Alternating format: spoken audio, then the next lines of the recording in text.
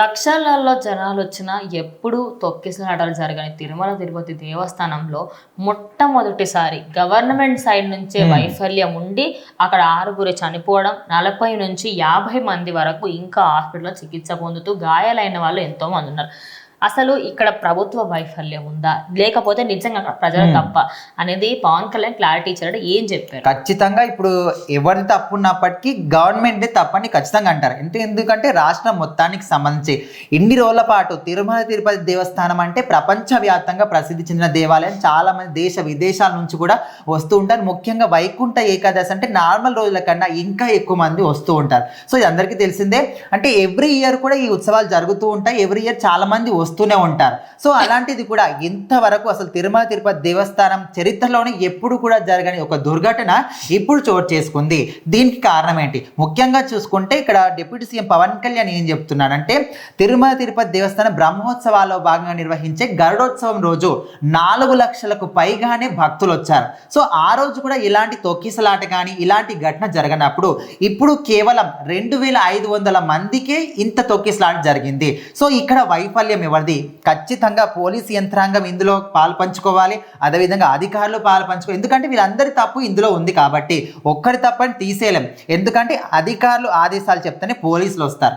పోలీసులు సక్కంగా చేయకపోతే ఇలాంటివి జరుగుతాయి. అక్కడ బ్యారికేడ్ల విషయంలో కావచ్చు, టోకెన్ల జారీ విషయంలో కావచ్చు, సాధారణంగా వాళ్ళు తెల్లవారుజామున ఇచ్చేవి నైట్ నుంచి స్టార్ట్ చేస్తారు. అంటే భక్తుల రద్దీ ఎక్కువ వచ్చిందని. ఎంత ఎక్కువ వచ్చినప్పటికీ కూడా మీరు చేసిన ప్లానింగ్ ఏ విధంగా మార్చుకుంటారు? ప్లానింగ్ మార్చుకుంటే మీకే వ్యతిరేకంగా అవుతుంది అని వాళ్ళకు కూడా తెలుసు.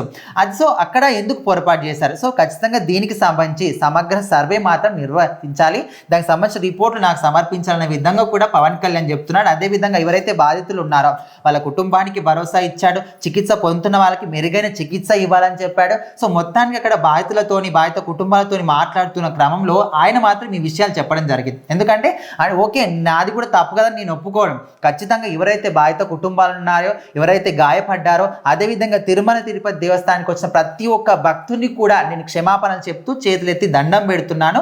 సో ఖచ్చితంగా మా వైఫల్యం ఉంది. సో తొందరలోనే తెలుసుకుంటాము దీనికి అసలైన కారణం ఏంటి. ఎందుకంటే ఇక్కడ దీన్ని తేలిగా తీసేసిన అది లేదు. ఎందుకంటే 6 మంది ప్రాణాలు కోల్పోయారు.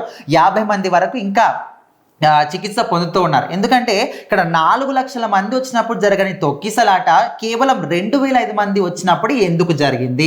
సో ఇక్కడ పొరపాటు ఎవరిది? సో ఖచ్చితంగా దీనికి కారణం తెలుసుకుంటాము తొందరలోనే. మీకు అంటే పోయిన ప్రాణాలు ఎవరు కూడా తీసుకురాలేదు. ఖచ్చితంగా అందరికీ చేతులెత్తి మేము క్షమాపణ చెప్తున్నాము. ఉన్న వాళ్ళకి మెరుగైన చికిత్స అందిస్తాం. కాకపోతే ఇక మీదట అయినా ఎవరు కూడా ఇలాంటి పొరపాట్లు చేయొద్దు.